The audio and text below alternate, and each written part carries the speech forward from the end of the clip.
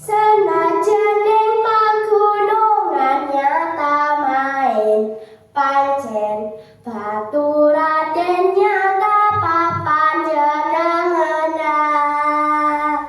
Tua enom lanang wadon wis lumrahe kuwe kabeh mau pada golek kesenengan.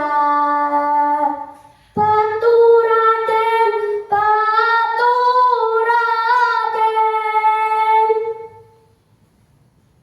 Assalamualaikum teman-teman dan Dewa Juri. Apa kabarnya hari ini? Semoga dalam keadaan sehat selalu ya. Perkenalkan, nama saya Fiona Terry Meliana. Saya bersekolah di SD Negeri Kebumen, kelas 4. Kali ini saya akan bercerita tentang legenda Baturaden di sebuah tempat wisata yang sangat terkenal di Banyumas. Cerita ini saya ambil dari buku cerita rakyat Nusantara yang disusun oleh Ibu Feni Andiani dan diterbitkan oleh Wahyu Media. Nah, teman-teman, dengarkan ya ceritanya. Kisah pada zaman dahulu kala di suatu kadipaten Kutaliman yang dipimpin oleh seorang adipati, yaitu Adipati Anom. Adipati Anom memiliki putri yang cantik jelita bernama Dewi Nawangsi. Adipati Anom adalah bangsawan yang suka dengan kuda. Untuk mengurus kuda-kudanya, Adipati Anom percayakan pada seorang pemuda. Pemuda tersebut bernama Suta. Suatu hari saat Suta sedang berjalan di taman kadipaten, tiba-tiba Suta mendengar ada suara wanita berteriak meminta tolong. Tolong aku. Suta pun langsung mencari suara tersebut. Ternyata ditemukanlah seorang wanita yang badannya sedang memiliki ular yang sangat besar. Suta dengan cepat dan gagah berani mendekati ular tersebut. Wahai wanita, bertahanlah, saya akan menyelamatkanmu. Hai ular, rasakan pedangku ini. Wush, wush, wush. Prang. Seketika wanita tersebut terlepas dari gigitan ular dan jatuh pingsan. Suta pun membawa wanita tersebut ke kadipaten. Di dalam kadipaten disambut oleh Mbak. Ya Gusti, kenapa? Apa yang terjadi? Kamu kenapa? Suta pun kaget dengan sambutan Tuan Putri. Bu, Belinda, ini siapa Bu yang saya selamatkan Bu? Mbak menjawab, ini Tuan Putri. Putrinya Adipati Anom. Suta semakin terkejut karena yang ia selamatkan adalah putri dari Adipati Anom. Hari demi hari, Suta dan Dewi Nawangsi semakin dekat.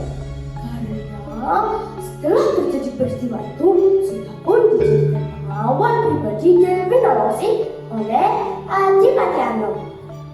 Mereka pun sering memuji satu sama lain.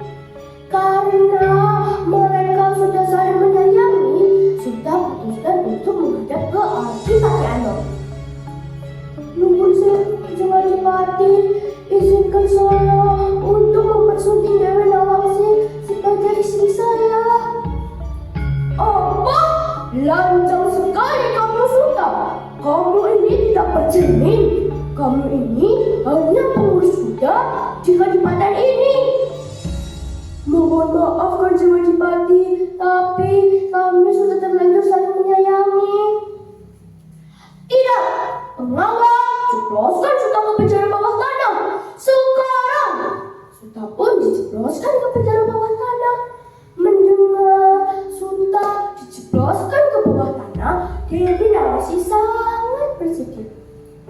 Hingga di suatu malam, Mpok Empan dan Dewi Nawangsi melakukan siasat untuk bisa mengeluarkan Suta dari penjara bawah tanah. Nah, teman-teman, kalian ingin tahu tidak bagaimana caranya Mpok Empan dan Dewi Nawangsi untuk bisa mengeluarkan Suta dari penjara bawah tanah? Ya, dengan cara memberi makan penjara tahanan sampai kenyang hingga tertidur lelap. Seketika Mpok Empan mengambil kunci lalu membebaskan Suta. Lalu dipertemukanlah Suta dengan Dewi Nawangsi yang sudah menunggu di luar kadipaten. Suta, syukurlah kamu sudah bebas. Karena ayah saya tidak merestui hubungan antara kita. Mari kita keluar dari kadipaten ini secara bersama-sama, Suta. Benarkah kamu ingin keluar dari kadipaten ini bersama saya? Benar, Suta. Suta dan Dewi Nawangsi memacu kudanya ke arah barat.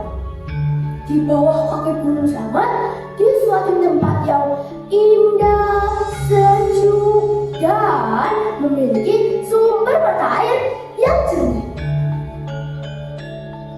Suta memutuskan untuk meminta Dewi Nawangsi sebagai istrinya. Mereka pun menikah dan mereka hidup bahagia, damai, dan dikaruniai banyak anak keturunan. Nah, teman-teman dan Dewan Juri, disinilah nama asal Batu Raden yang mempersatukan dua orang, yaitu Suta sebagai patur atau pembantu dan Raden sebagai Dewi Nawangsi atau anak dari penguasa kadipaten.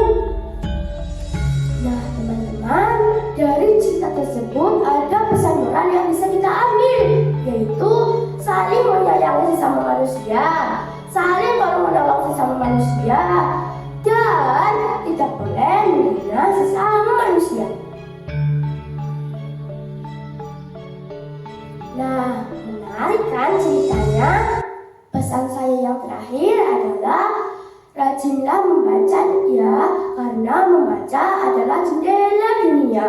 Tetap semangat dan jangan putus asa. Sekian dari saya. Wassalamualaikum warahmatullahi